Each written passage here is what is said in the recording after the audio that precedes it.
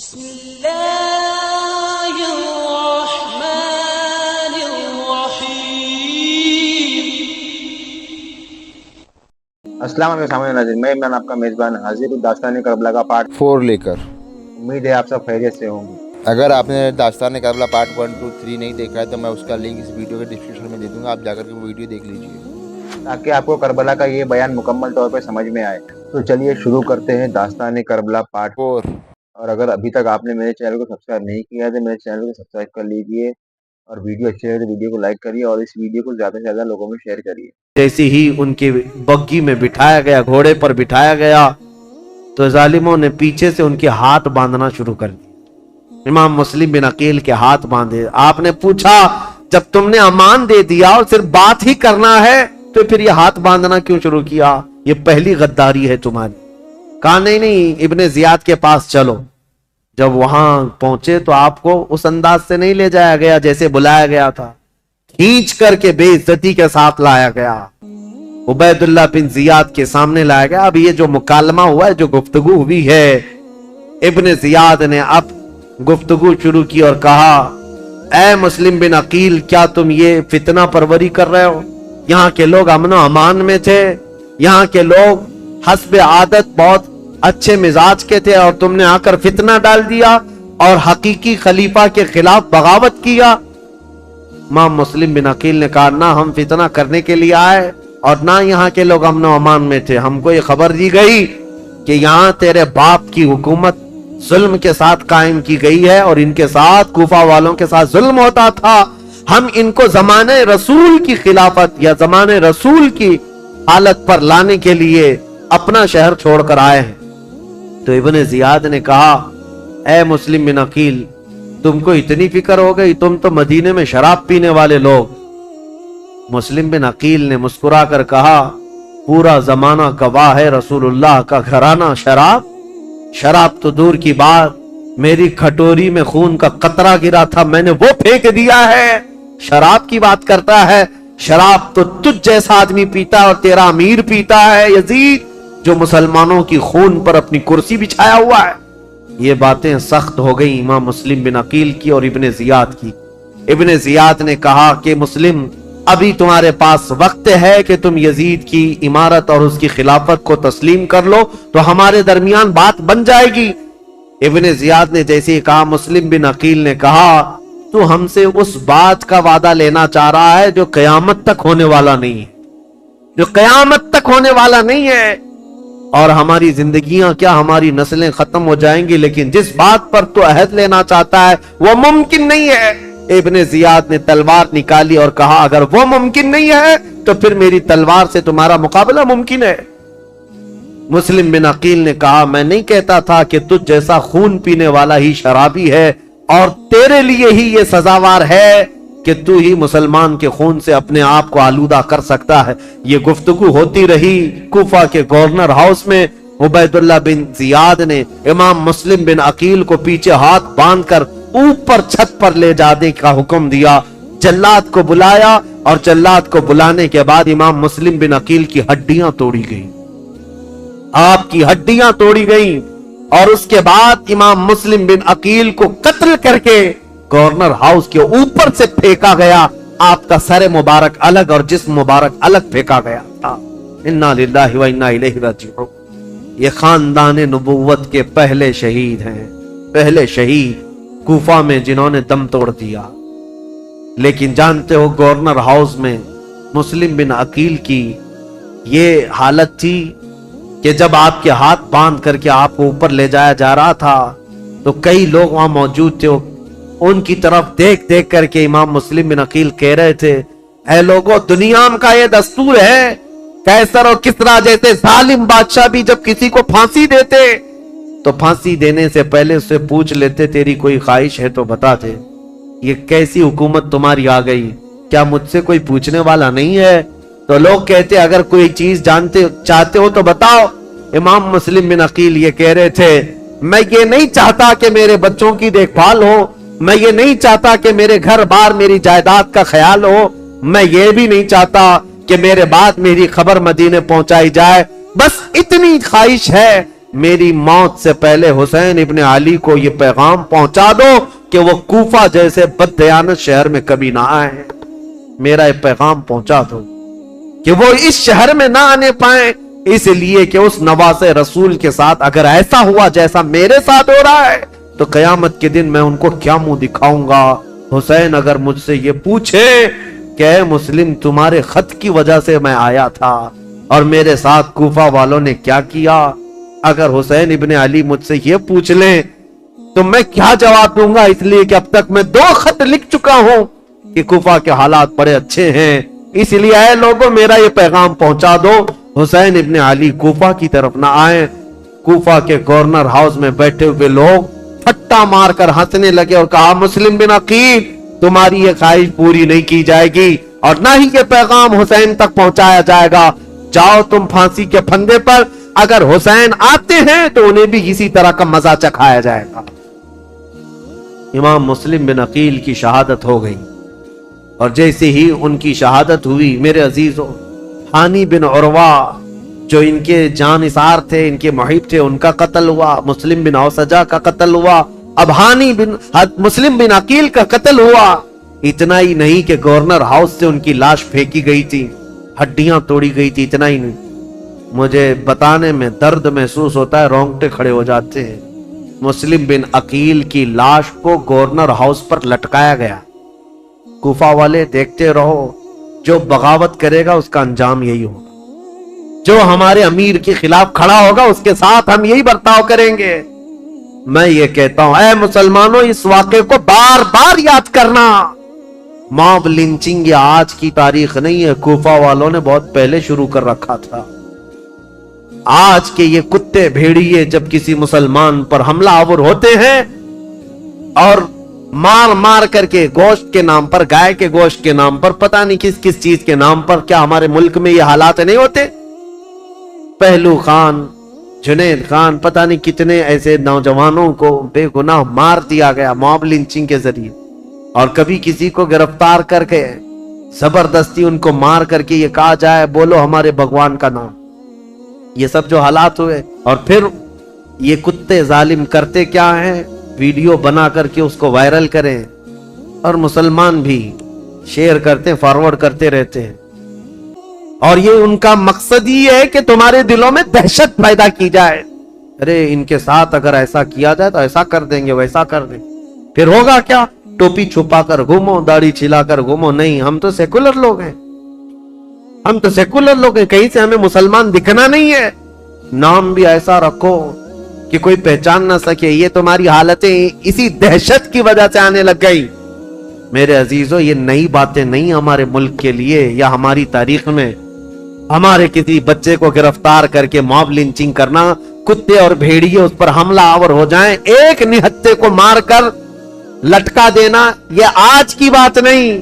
تمہیں پتا ہے، میں رک کر کے تھوڑی سی اور تاریخ بتا دوں. عبداللہ بن زبیر، تاریخ اگر آگے بیان ہوتی تو انشاءاللہ ان کا بھی دور آتا یزید کے بعد. عبداللہ بن زبیر جو مکہ میں تھے، یہ کون ہے عبداللہ بن زبیر؟ یہ حضرت ابو بکر صدیق کے نواسے ہیں. ان کی ماں اسما بنت ابو بکر اور باپ زبیر بن عوام، رسول اللہ کے عشرہ مبشرہ صحابہ میں سے. ان کے بیٹے، ماں صدیق اکبر کی بیٹی اور باپ رسول اللہ کی پھوپھی کے بیٹے.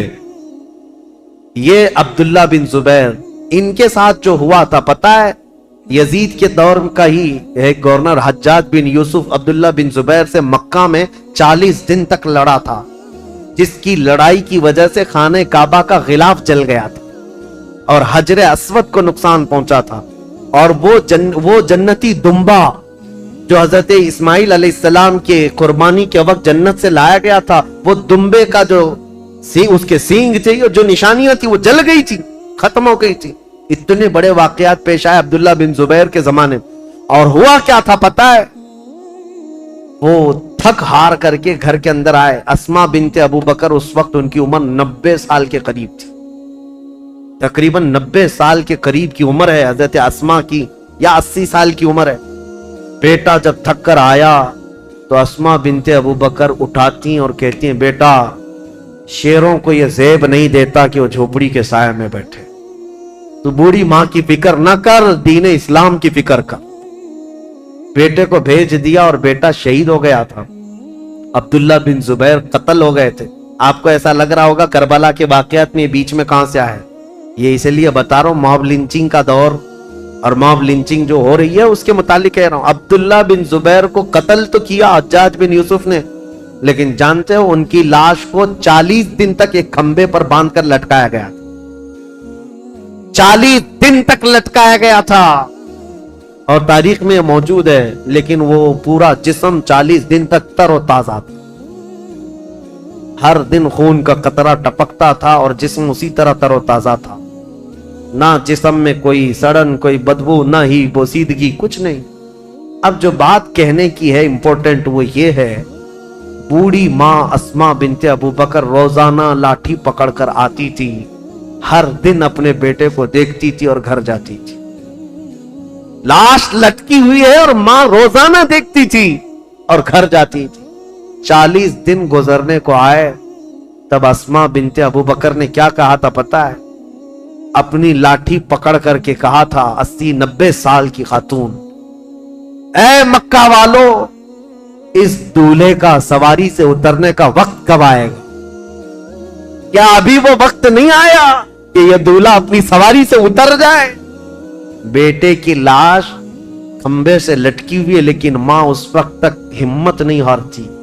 لوگوں سے کہتی ہے میرا بیٹا دولہا ہے اور سواری پر سوار ہے. پھر 40 دن کے بعد ان کی لاش کو لا کر دفن کیا گیا تھا. یہ باتیں اس لیے میں عرض کر رہا ہوں کہ تمہارے جذبے جوان رہیں.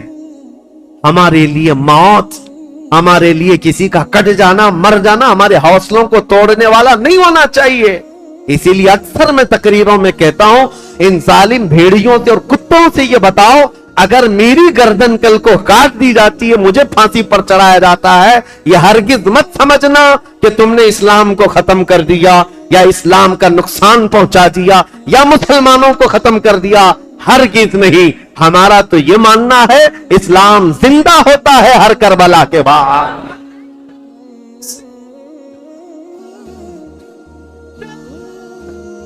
اسلام زندہ ہوتا ہے ہر کربلا کے بعد.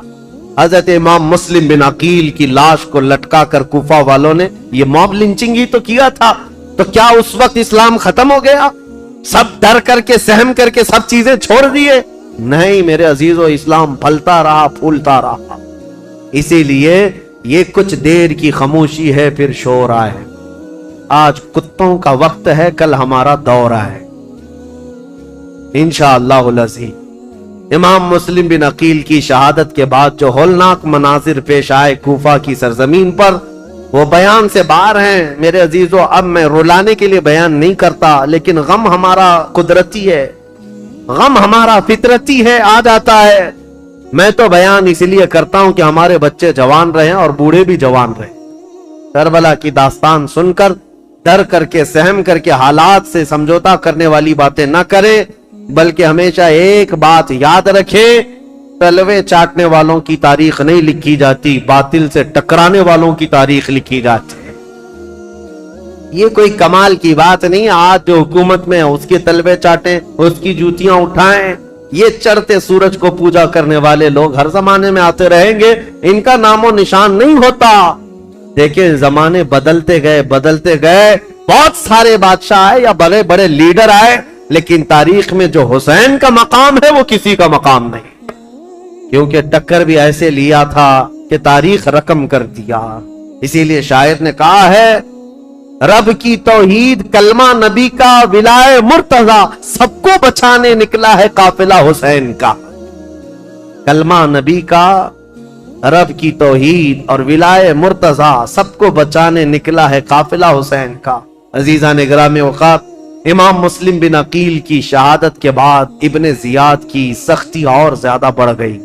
یہ وہ حرام الدہر شخص تھا جس کے متعلق صحابہ بھی کہتے تھے کہ ابن دجانہ, اس کو ابن مرجانہ کہا جاتا تھا, ایک ایسی عورت کا بیٹا جس کو زانیہ کہا جاتا.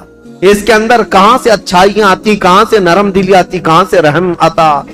پھر ہوا یہ کہ ابن زیاد کو یہ خبر دی گئی, جب مسلم آئے تھے تو ان کے ساتھ 2 بیٹے بھی آئے تھے, کہیں ایسا نہ ہو کہ ان کے بچوں کی محبت پھر لوگوں میں جاگ جائے اور پھر اہل بیت کی طرف چل پڑے. میں نہیں کہتا مسلمانوں، جب ظالم اپنی طاقت کے بلبوتے سب پر ظلم کرتا ہے، اس کے باوجود بھی اہل حق کے بچوں سے بھی اسے گھبراہٹ ہوتی ہے، خوف ہوتا ہے، ڈرنے لگتا ہے۔ آپ کو پتا ہے وہ پاکھنڈی خنزیر کا بچہ جو حضور کی شان میں گستاخی کرتا تھا، غازی آباد میں ڈاسنا میں بیٹھ کر ایک مرتبہ اس کے مندر میں 8 سال کا بچہ کہیں پانی پینے کے لیے چلا گیا، دوسرے دن پورے نیوز والوں کو بلا لیا، پولیس میں خبر کر دیا آتنکوادی آ گیا تھا میرے گھر، کوئی ٹیررسٹ آ گیا تھا۔ 8 سال کا بچہ پانی پینے کے لیے بھولے بھٹکے چلا گیا، لیکن نام تھا مسلمان۔ تو ہم یہ کہتے ہیں میرے عزیزو، یہ جو ڈراؤنا خواب ہے، تمہارے پاس ساری طاقت، ساری قوت، سارا عہدہ، سارا ڈپارٹمنٹ، سب کچھ ہے، لیکن پھر بھی دیکھو اہل حق کا 8 سالہ بچہ بھی تمہیں بم لگتا ہے۔ کیوں؟ الحمدللہ ہم حق کے ساتھ جیتے ہیں، تنہا پورے ملک میں گھوم رہے ہیں، ہمیں کسی بات کا خوف نہیں، ہم تو اپنی چادر لیے گھومتے ہیں یا امامہ پہن کر، جس دن موت آئے گی اسی کو کفن بنائیں گے اور سو جائیں گے۔ لیکن انہیں ڈر ہے، 12 باڈی گارڈ لے کر کے بھی باہر نہیں آ سکتے، ان کو پتا ہے ان کی دم پر کوئی بھی پیر رکھنے والا مسلمان بچہ باہر آ سکتا ہے، اور بار بار یہ ساری باتیں کرتے رہتے ہیں۔ اس لیے میرے عزیزو، 1000 طاقتیں جمع ہو جائیں، اہل حق کی استقامت کا مقابلہ نہیں ہو سکتا۔ امام مسلم بن عقیل کے 2 بچوں کو کیا معاملہ تھا، ان کی عمر کتنی تھی؟ تاریخ میں یہ ہے 8 سال یا 11 سال کی عمر کے بچے تھے۔ اتنے بچے کس کو نقصان پہنچا سکتے تھے، لیکن ڈر تھا۔ ابن زیاد نے کہا وہ دونوں بچوں کو بھی پکڑ لاؤ جہاں کہیں ہیں تو مسلم بن عقیل کے بچوں سے بھی نفرت یا بچوں سے بھی ڈر۔ اب ظالم کوفی ادھر ادھر ڈھونڈنے نکلے، ان بچوں کے ساتھ جو ہوا تھا وہ دردناک ہے، تاریخ میں اور روایات میں موجود ہے۔ یہ دونوں بچے محمد اور ابراہیم، کوفہ والے تو انہیں پناہ دینے سے منع کر رہے تھے۔ ایک مرتبہ ایسا ہوا کہ ایک مسلم بن عقیل رضی اللہ تعالیٰ عنہ نے جانے سے پہلے اپنے ایک جان پہچان شخص اور ان کے محبت کرنے والے تھے قاضی شریح، ان کے حوالے کر دیا تھا، کہا کہ ان کو آپ مدینہ طیبہ رخصت کر دینا۔ قاضی شریح ہے یا کوئی دوسرا نام ہے؟ امام مسلم بن عقیل نے جن کے لیے وصیت کی تھی، ان صاحب نے کیا کیا، کہا ان بچوں کو رات کے وقت سجایا سنوارا اور کہا دیکھو بیٹا، ایک قافلہ آج مدینے کی طرف جا رہا ہے، تم اس قافلے میں شامل ہو جاؤ، تم اپنے گھرانے پہنچ جاؤ گے، تمہارا خاندان مدینے میں ہے، تمہارے باپ تو شہید ہو گئے، تمہارے باپ تو قتل ہو گئے، کوفہ اجنبی ہے، یہاں کس کے گھر رہو گے؟ بچے سہمے ہوئے، ڈرے ہوئے، باپ کی آغوش تربیت میں ناز و نیام سے آئے ہوئے، مان لیا اور کہا ٹھیک ہے۔ ان صاحب نے اپنے بیٹے کو کہا کہ ان بچوں کو اس قافلے تک پہنچا کر آؤ۔ بیٹا لے کر گیا، قافلہ نکل گیا تھا، دور سے دکھا دیا وہ دیکھو قافلہ جا رہا ہے، دوڑ کے شامل ہو جاؤ۔ چھوٹے بچے تھے، دوڑتے رہے اس قافلے کو پکڑنے کے لیے اور قافلہ چلتا رہا، دھول لڑتی رہی، کبھی ایک بچہ گر جاتا، دوسرا اٹھاتا، دوسرا گرتا، یہ اٹھاتا، پاؤں میں کانٹے چبھتے رہے، یہ بچے گرتے پڑتے رہ گئے۔ رات گزر گئی، قافلے کو نہ ملنا تھا، نہ ملا، اور ڈرتے سہمتے یہ قافلے کے چکر میں گھومتے رہ گئے، اور جہاں سے نکلے تھے وہیں آ کر پہنچ گئے۔ کوفہ کی سرحدی تھی، ڈرے سہمے ہوئے تھے۔ تو ان دونوں بچوں کو ایک شخص نے دیکھ لیا اور پکڑ کر گرفتار کر کے عبید اللہ بن زیاد کے پاس حاضر کر دیا۔ عبید اللہ بن زیاد نے کہا ان بچوں کو جیل میں ڈال دو، ابھی ان کا قصہ بعد میں دیکھا جائے۔ جیل میں ڈال دیا گیا، اور ڈالنے کے بعد ابن زیاد کی طرف سے نگرانی کا حکم تھا، لیکن جیل کے جو داروغہ تھے مشکور نامی، وہ اہل بیت سے محبت کرنے والے، انہوں نے رات کے وقت جیل کا دروازہ کھولا اور بچوں کو آزاد کیا اور کہا ان کو بھیج دیتا ہوں۔ ان بچوں کو انہوں نے آزاد کر دیا اور پھر بھیج دیا کوفہ سے باہر۔ یہ بچے کوفہ سے باہر نکلے اور دریائے فرات کے کنارے ایک درخت کے نیچے تھکے ہارے سو رہے تھے۔ ایک خاتون پانی بھرنے کے لیے آئی، انہوں نے دیکھا گلاب جیسی رنگت کے حسین شہزادے کس کے ہیں؟ عورت قریب آئی، پوچھا کون ہو تم؟ کہا ہم مسلم بن عقیل کے بچے ہیں۔ وہ خاتون تڑپ گئی, کہا اے بچوں, تو میری جو مالکن ہے میرے گھر, جس کی میں کنیزہ ہوں, وہ خاتون سیدہ فاطمہ الزہرا کی کنیز ہے. وہ رسول اللہ کے گھر کام کرنے والی خاتون میری مالکن ہے آج. اگر وہ تم کو دیکھے گی تو خوشیوں سے پھولے نہ سمائے, خوش ہو جائے گی. چلو میرے گھر. ان دونوں شہزادوں کو وہ اٹھائی اور اپنے گھر لے آئی. اپنی مالکن سے کہا اے خاتون, آج ہمارے گھر بشارت آ گئی, مسلم بن عقیل کے شہزادے فاطمہ کے گھر کے لاڈلے آئے ہوئے ہیں. وہ خاتون دیکھتی ہے, وہ تو خوشیوں میں وجد کرنے لگتی ہے, میرا گھر آج بہاروں سے بھر گیا. میں رسول اللہ کے خاندان کو اپنے گھر کب لا سکتی تھی, آج میری قسمت جاگ گئی. بچوں کو نہلایا دھلایا اور انہیں گرم کھلایا اور کہا بچوں تمہیں کسی بات کی فکر نہیں, تم میرے گھر آرام کرو, جب مناسب ہوگا میں تمہیں خود لے جا کر مدینے چھوڑ آؤں گی. اس خاتون کی بے پناہ محبت تھی ان شہزادوں سے. لیکن تاریخ میں ایک عجیب اتفاق رہا ہے, شیطان کے گھر کبھی ولی اور کبھی ولی کے گھر شیطان. یہ رشتے دیکھنے کو ملے ہیں اس محب اہل بیت خاتون کے گھر. اس کا جو شوہر تھا حارث نام کا, یہ بدبخت لالچی آدمی تھا. یہ دن بھر عبید اللہ بن زیاد کا دیا ہوا انعام کا لالچ لے کر گھوم رہا تھا. لوگ جگہ جگہ گلیوں میں یہ بات مشہور ہو چکی تھی کہ عبید اللہ بن زیاد نے دن 2 بچوں کو گرفتار کر کے جیل میں رکھا تھا اور داروغہ نے ان جیل کے دروازوں کو کھول کر بچوں کو آزاد کر دیا. بچے بھاگ گئے, لیکن ہوا کیا, ابن زیاد نے داروغہ کو بلایا, مشکور کو پوچھا کیا کیا, کہا میں نے بچوں کو چھوڑ دیا. کہا کیوں چھوڑ دیا, کہا اس لیے چھوڑ دیا کہ کل قیامت کے دن اگر میرا نام دوزخیوں کے درمیان آ جائے تو رسول اللہ کی بارگاہ میں یہ عرض کروں گا اے اللہ کے نبی, میں تمہارے شہزادوں کو جیل سے چھوڑا تھا, آج مجھے جہنم سے آزادی مل جائے. میں تو اس تمنا کو لے کر آزاد کیا. تو ابن زیاد نے کہا اگر تیری وہی تمنا ہے تو تو وہاں پہنچ جا, جلدی سے پہنچ جا. یہ کہتے ہوئے داروغہ کا اس نے قتل کر دیا تھا, مشکور کو بھی قتل کر دیا.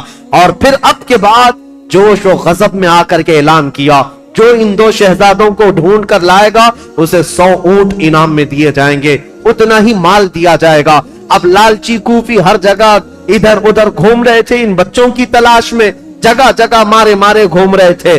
اور یہ حارث نامی شخص دن بھر تلاش کر کے رات کو اپنے گھر پہنچا ہے, اپنی بیوی کے پاس آیا اور سو رہا ہے رات کے وقت. لیکن اسے یہ خبر نہیں کہ جن بچوں کو ڈھونڈ رہا تھا وہ بچے اسی کے گھر میں آرام کر رہے ہیں. خاتون تو جانثاران اہل بیت میں سے تھی, محبان اہل بیت میں سے تھی. اس خاتون نے تو حق ادا کیا تھا محبت اہل بیت کا, بچوں کو کھلایا پلایا اور سلایا. بچے نرم و نازک بستر پر سوئے تھے. رات کو ان دونوں شہزادوں نے خواب دیکھا. حضرت محمد جو بڑے صاحبزادے تھے, ابراہیم جو چھوٹے صاحبزادے تھے, خواب میں دیکھا اپنے باپ کو. خواب میں یہ دیکھا ان دونوں شہزادوں نے رسول کریم صلی اللہ تعالی علیہ وسلم مسند نشین ہیں, صحابہ ارد گرد بیٹھے ہوئے ہیں اور مسلم بن عقیل خونی جبے میں تر بتر رسول اللہ کے پاس آ رہے ہیں. ان کے جسم پر خون ٹپک رہا ہے. میرے آقا صلی اللہ تعالی علیہ وسلم نے دیکھا اور مسلم بن عقیل سے پوچھا مرحبا, آ جاؤ مسلم, تمہارے لیے میں پانی لیے کھڑا ہوں. لیکن اے مسلم, اکیلے آگے بچوں کو کہاں چھوڑ آئے ہو, بچے کہاں ہیں؟ مسلم بن عقیل نے کہا یا رسول اللہ میرے پیچھے پیچھے آنے والے ہیں, میں انہیں پیچھے چھوڑ آیا ہوں. اتنا سننا تھا, یہ بچے خواب دیکھ رہے تھے, بچک کر اٹھ گئے اور ایک دوسرے سے چمٹ کر رونے لگے. دونوں نے سیم خواب دیکھا تھا, ایک دوسرے کو خواب بتایا. دونوں نے کہا میں نے بھی بابا جان کو دیکھا, دوسرے نے کہا میں نے بھی بابا جان کو دیکھا. رسول اللہ کی محفل میں ابا جان کو خونی جبے میں تر بتر ہم نے دیکھا ہے. اللہ اکبر. یہ بچے سے ہم کر رو رہے تھے, ان کی آوازیں بلند ہو گئی. گھر میں بچوں کی آواز. وہ بے اولاد شخص تھا حارث, رات کو جاگ گیا, اپنی بیوی سے پوچھا ہمارے گھر تو کوئی اولاد نہیں, یہ بچوں کے رونے کی آواز کہاں سے آ رہی ہے؟ بیوی نے کہا شاید پڑوسی کے گھر سے آواز آتی ہوگی, تم سو جاؤ. بیوی نے منع کیا بتانے سے. پھر اس ظالم نے کہا نہیں مجھے تو لگتا ہے میرے گھر میں بچوں کی آواز ہے, پڑوس کے گھر کے بچوں کی آواز اتنی تیز نہیں آتی. خاتون نے بہلایا پھسلایا اور کہا کہ تم سو جاؤ. لیکن اس ظالم نے کہا مجھے دیکھنا ہے, میرے گھر کی تلاشی لینی ہے.